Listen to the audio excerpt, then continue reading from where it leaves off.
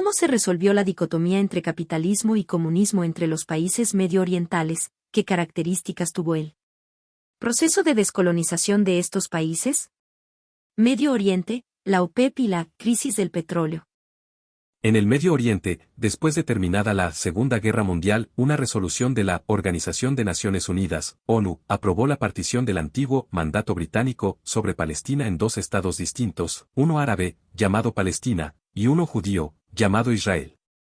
Las disposiciones de la ONU nunca fueron completamente aceptadas por las respectivas partes, de manera que pronto comenzó una guerra entre ambos países.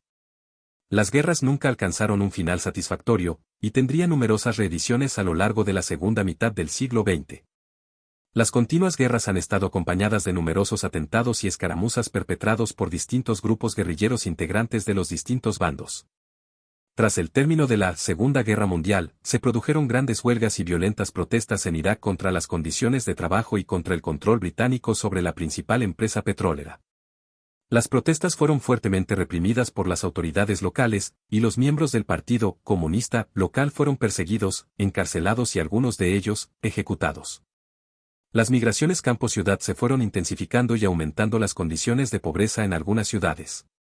La monarquía hachemita, aliada de los Estados Unidos, fue finalmente derrocada por un golpe de Estado perpetrado en el año 1958, proclamándose al Estado de Irak como una república socialista, que se acercó a la Unión Soviética. URSS, redactó una nueva constitución e implementó una reforma agraria. A comienzos de los años 60 un conjunto de países productores de petróleo decidieron aunar esfuerzos para fundar la Organización de Países Exportadores de Petróleo, OPEP, que es un cártel que busca coordinar a los productores en su estrategia de fijación de los precios del petróleo a nivel internacional, y que buscaba enfrentar de esta manera al poder negociador de las grandes compañías petroleras occidentales que se encargaban de explorar y explotar los yacimientos petrolíferos en todo el mundo. En el año 1967 y tras el retiro de las tropas conocidas como los cascos azules de la ONU del Sinaí, las tropas egipcias volvieron a bloquear las vías de acceso a los puertos israelitas en el Mar Rojo, en un movimiento coordinado con Siria, Jordania y otros países árabes que buscaban hostigar al Estado de Israel, el cual respondió rápidamente estallando la llamada Guerra de los 6 días. Israel logró ocupar rápidamente la península del Sinaí, el Canal de Suez y territorios de Cisjordania que incluían la parte este de la ciudad de Jerusalén, y territorios sirios que incluían a los llamados Altos del Golán, forzando a sus rivales a firmar la paz. La contraofensiva árabe se restableció 6 años después, en la llamada Guerra del Yom Kippur, tras la cual Israel logró conservar sus avances territoriales en Siria y Cisjordania, que eran aliados de la Unión Soviética, URSS, pero devolvió los territorios del Sinaí y la administración del Canal de Suez a los egipcios, país que se alejaba paulatinamente de la esfera de influencia soviética. En el año 1973 y como parte de una estrategia para enfrentar la Guerra de Yom Kippur, los países miembros de la OPEP detuvieron la producción de crudo y establecieron un embargo de los envíos petroleros hacia Occidente. El embargo significó un rápido aumento en los precios del petróleo en todo el mundo. En esos años, Estados Unidos consumía alrededor de un tercio del total de energía que se producía en el planeta, y gran parte de esa demanda energética era por petróleo, por lo que el fuerte aumento en el precio del petróleo desató una prolongada recesión económica y un marcado aumento de la inflación.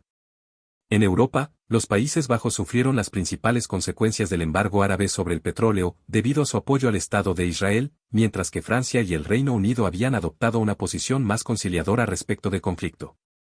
Pronto, los países integrantes de la OPEP ofrecieron volver a estabilizar el precio del petróleo a cambio que se contengan los beneficios de las grandes compañías explotadoras de los grandes yacimientos medio-orientales. La Tercera Guerra Mundial, Nicolás Ado. Como resultado, los países del Medio Oriente tomaron el control sobre el mercado del petróleo, y comenzaron a acumular enormes cantidades de riquezas. Comenzó también una ola de nacionalizaciones de empresas petroleras entre estos países.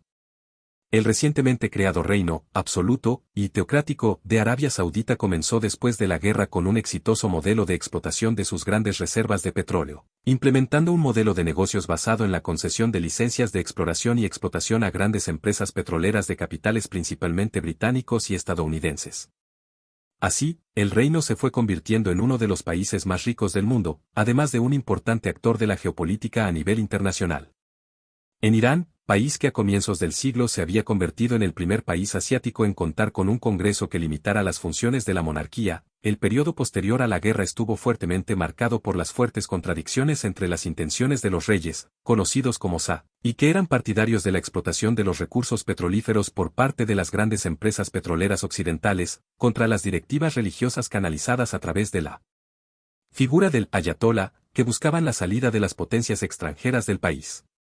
Después de algunos intentos fallidos, en el año 1979 se produjo en Irán una revolución islámica chiita que derrocó a la monarquía y consolidó el poder de los ayatolás en la conducción del país, que se estableció como un estado teocrático, musulmán y chiita. El país pronto dio la espalda a los intereses de las compañías occidentales instaladas en su territorio. A comienzos de la década de los 80 un dictador iraquí llamado Saddam Hussein lanzó una ofensiva contra Irán destinada a resolver un conflicto fronterizo, comenzando una guerra que se prolongó durante 8 años en los que se cometieron actos que han sido considerados como genocidio, además del uso de armas químicas y de la comisión de numerosos crímenes de guerra.